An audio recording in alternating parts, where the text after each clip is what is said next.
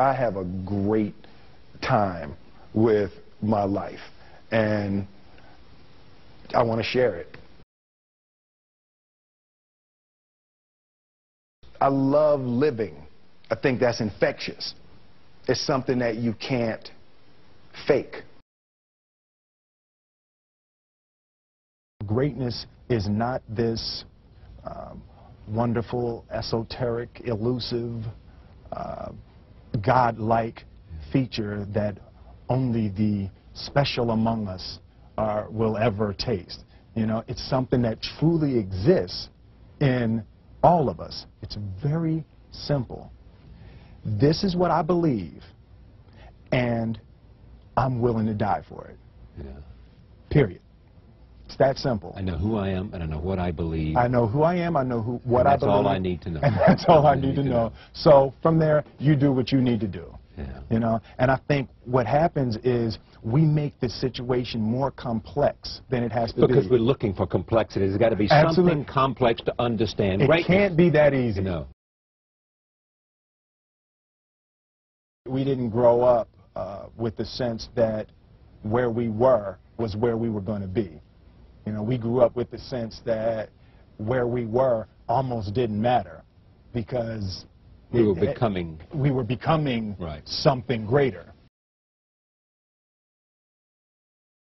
The separation of talent and skill is one of the greatest misunderstood concepts for people who are trying to excel, who have dreams, that want to do things. Talent you have naturally. Skill is only developed by hours and hours and hours of beating on your craft. I've never really viewed myself as particularly talented. Where I excel is ridiculous, sickening work ethic. You know, while the other guy's sleeping, I'm working. While the other guy's eating, I'm working. There's no easy way around it. No matter how talented you are, your talent is going to fail you if you're not skilled. Mm-hmm. You know, if you don't study, if you don't work really hard and dedicate yourself to being better every single day, mm-hmm. you'll never be able to communicate with people, with your artistry, the way that you want. So the only thing that I see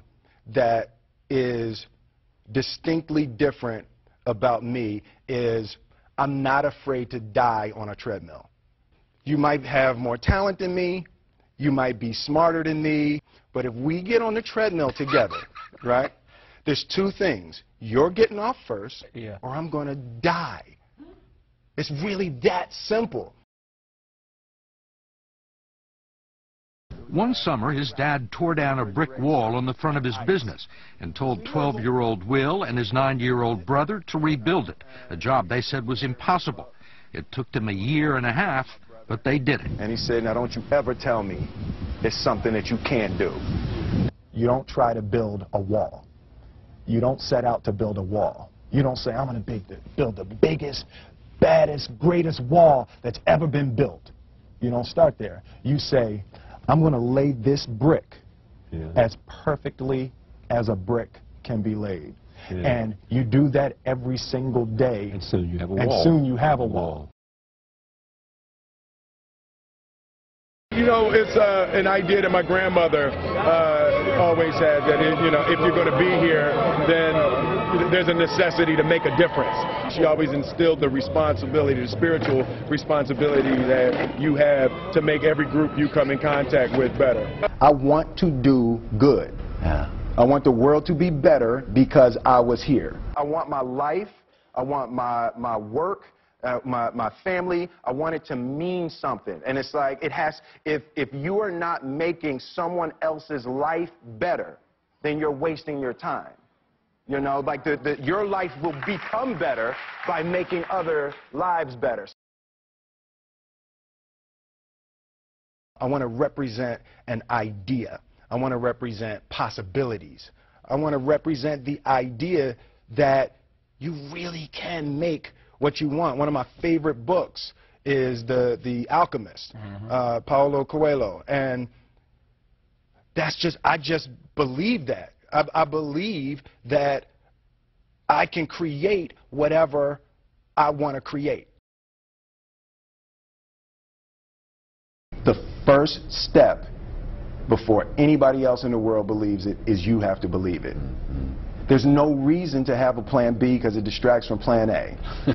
I think that there's a certain delusional quality that all successful people have to have.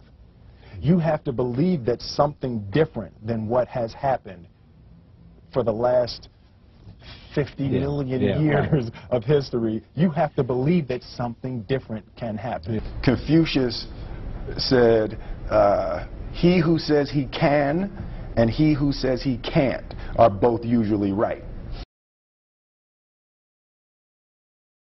Being realistic is the most commonly traveled road to mediocrity. Why would you be realistic? What's the point of being realistic? Just put up a barrier. Yeah, I'm going to do it. It's done. It's already done. The second I decide it's done, it's already done. So now we just got to wait for y'all to see. It's unrealistic to walk in a room and flip a switch and lights come on. That's unrealistic. Fortunately, Edison didn't think so. It's unrealistic to think you're going to bend a piece of metal and fly people over an ocean in that metal. That's unrealistic. But fortunately, the Wright brothers and others didn't believe that. And it just seems like such a ridiculous idea to me to embrace the idea that it's not going to happen. That's not real for that to happen. As soon as you say it, now you just made that real. Our thoughts, our feelings, our dreams, our ideas are physical in the universe. That if we dream something, if we picture something, if we commit ourselves to it, that is a physical thrust towards realization that we can put into the universe. That the universe is not a thing that's going to push us around.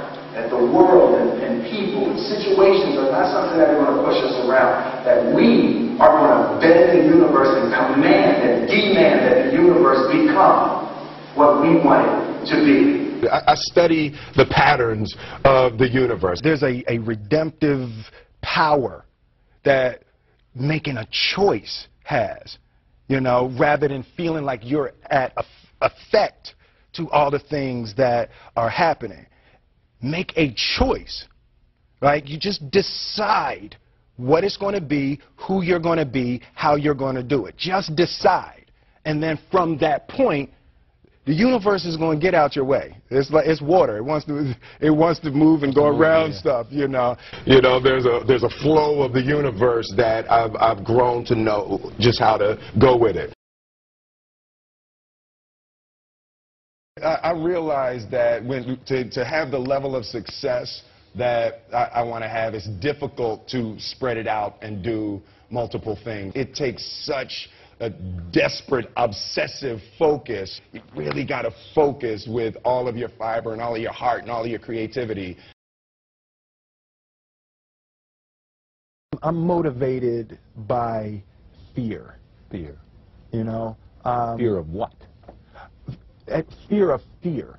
I hate being scared to do something. And I think what developed in my early days was the attitude that I started attacking things that I was scared of. It was Franklin Roosevelt said the only fear you have to fear is fear itself. Absolutely. Remember that? Absolutely. Yeah.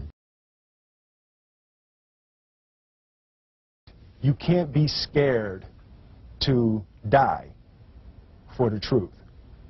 The truth is the only thing that's ever going to be constant.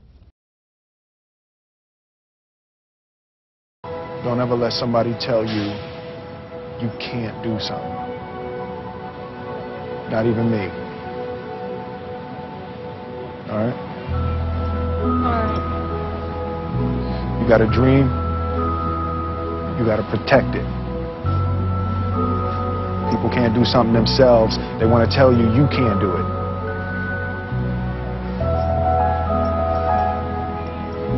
You want something, go get it. Period.